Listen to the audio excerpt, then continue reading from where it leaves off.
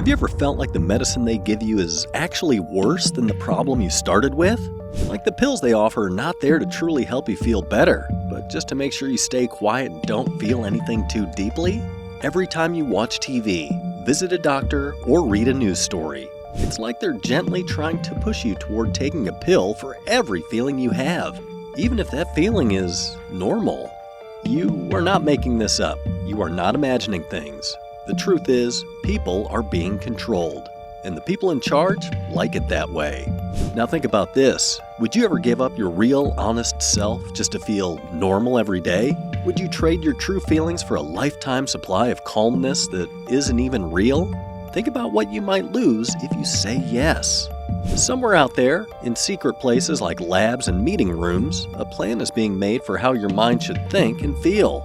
These plans are not about helping you feel healthy. They're made for other reasons.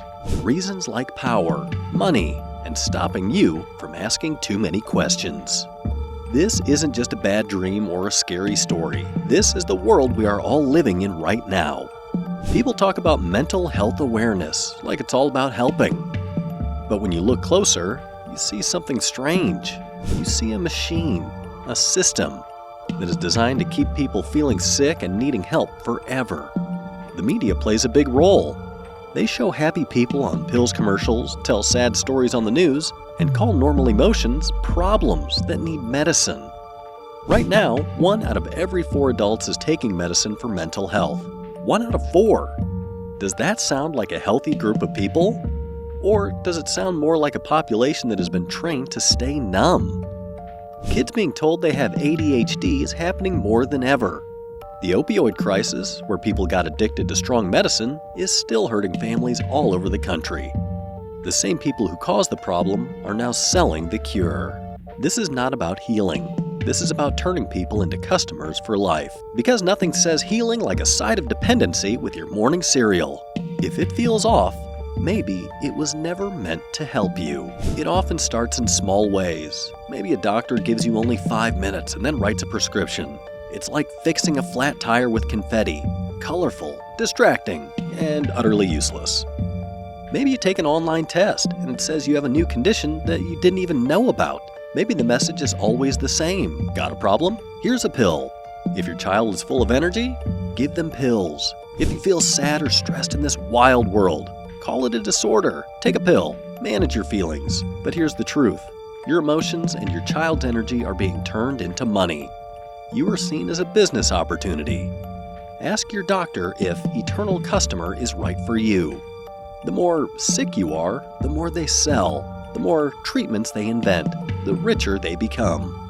To see how this started, go back to when health became business. This didn't start last week.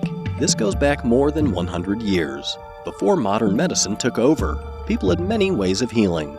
They used herbs, energy, nature, and traditions passed down for generations. Then powerful men, like Rockefeller, saw a way to make money. Fun fact, the original Hippocratic Oath had a coupon code. Not by helping people, but by turning medicine into big business. They gave money to schools and researchers, but only the ones that focused on substances and chemicals. Why? Because you can't own a plant, but you can own a man-made chemical. And if you own it, you can sell it again and again.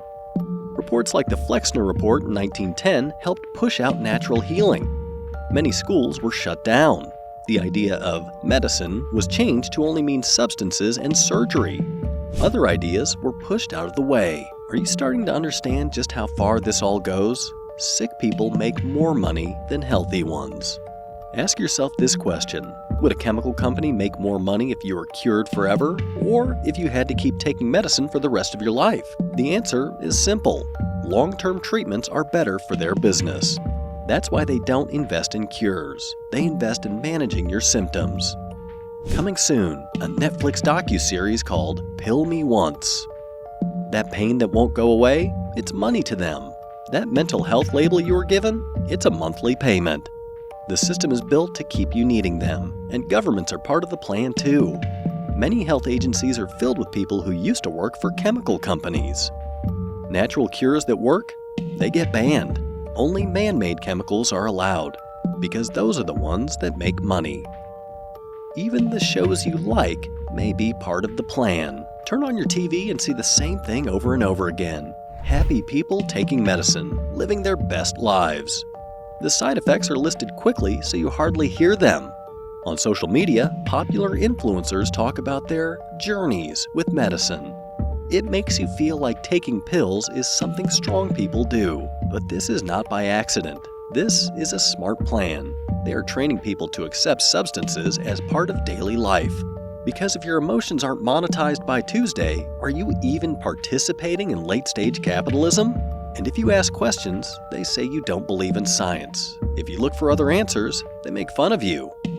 Long ago, people didn't need pills to feel okay. Long before pills and drugstores, ancient people knew how to take care of their minds and bodies.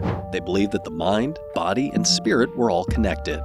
They used special plants in sacred ways, not to escape life, but to understand it better. The blue lotus in ancient Egypt helped people reach peaceful states of mind. In the Amazon, ayahuasca was used in healing ceremonies. In India, there was soma, a holy plant written about in poems and songs. These were not for parties, they were for healing. They were powerful tools, used with care, to explore what it means to be fully alive. There was once a kind of wisdom that helped people feel powerful inside. It connected them to the earth, to other people, and even to something greater they could not always explain. This wisdom did not turn people into customers who always needed to buy things. Instead, it helped them learn more about themselves and feel strong in their hearts and minds. But that kind of wisdom was seen as dangerous by people who wanted power. That is why it had to be hidden. It had to be erased from the history books, spoken about like it was evil, and replaced with a system that does the opposite. Now we have a system that makes people feel weak, lost, and controlled. Some mind tricks never stopped. They just changed shape. Over the years, there has always been a hidden thread of control running through the story of modern history. One of the darkest examples came in the middle of the 1900s, when the CIA started a secret program called MK Ultra. For many years, they secretly tested things like strange substances and even mental torture on people who didn't know what was happening. They wanted to figure out how to control the human mind. One of the most famous parts was called Subproject 68. The goal wasn't just to break people down. They wanted to learn how to build new minds, how to change what people believe, how to make someone think what they wanted them to think. Even though much of MK Ultra is still a mystery today, the small pieces that were made public show something scary. It shows that the government was willing to go very far to understand how to control the way people think and feel. And here's the important part. This knowledge didn't disappear when the program was shut down. It moved into other areas. It went into advertising. It went into television and news. And it found its way into the world of medicine too, especially the companies that make pills. In the 1980s and 90s, a new kind of medicine called SSRIs became very popular. They were substances like Prozac, made to treat depression and anxiety. But many people started to wonder, were these pills really made to help people? Or were they just a new way to control people's moods and make them easier to manage? After all, a person who is calm, quiet, and medicated is not likely to speak out or protest. And people who take these for many years become dependent on them, needing more and more just to feel okay. That makes them easy to guide and very profitable. A society filled with tired, sick, or anxious people is easier to control than one filled with healthy, happy, and free-thinking people. Now, the goal is to get inside your head. Now, we are standing at the edge of a new kind of control, one that is even more powerful than pills or old mind control programs. A company called Neuralink is working on brain-computer interfaces. They say these devices can help people walk again, see again, or become smarter. And maybe they will help in those ways. But we must ask, who is in charge of this technology? Who gets to decide what a healthy mind looks like? Imagine a future where your thoughts are not private anymore. Your emotions could be read by a machine. They could even be changed by a computer inside your head. What if a computer could stop you from feeling sad, not by helping you, but by changing your brain without asking? This isn't just science fiction. Artificial intelligence can already guess what you want to buy or watch. What if it could guess what you might think, and then stop that thought before you even have it? When you connect this kind of technology to the internet, to the government, and to big companies, it becomes clear who is holding the power, and it is not the people. All of this control, the pills, the ads, the brain chips, it all connects to one thing: money. There's a lot of money to be made from keeping people just sick enough that they need help, but never truly getting better. The companies that make the most money are the ones that keep people coming back for more pills, more treatments, more therapy, more help. A truly healthy person, someone who eats well, moves their body, finds peace, and connects with nature, is not a good customer. That kind of person doesn't need a system, and that kind of person is seen as a threat. In the current system, your suffering helps someone else get rich. That is the dark truth. Somewhere, a boardroom just clapped because you felt mildly anxious today. They created a world where pain is a disease, where sadness must be treated with pills, where your natural feelings are labeled as problems. Maybe the real problem isn't you. Maybe it's the world they made around you. They lied about what causes pain. They lied about what cures it. And they lied about how powerful you really are. You don't have to believe their story anymore. You can still choose your own path.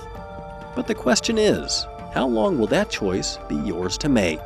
Download our free report, 5 Hidden Truths About the Drug Agenda. Stay vigilant. Our next transmission will delve into what's hidden beneath the Vatican archives.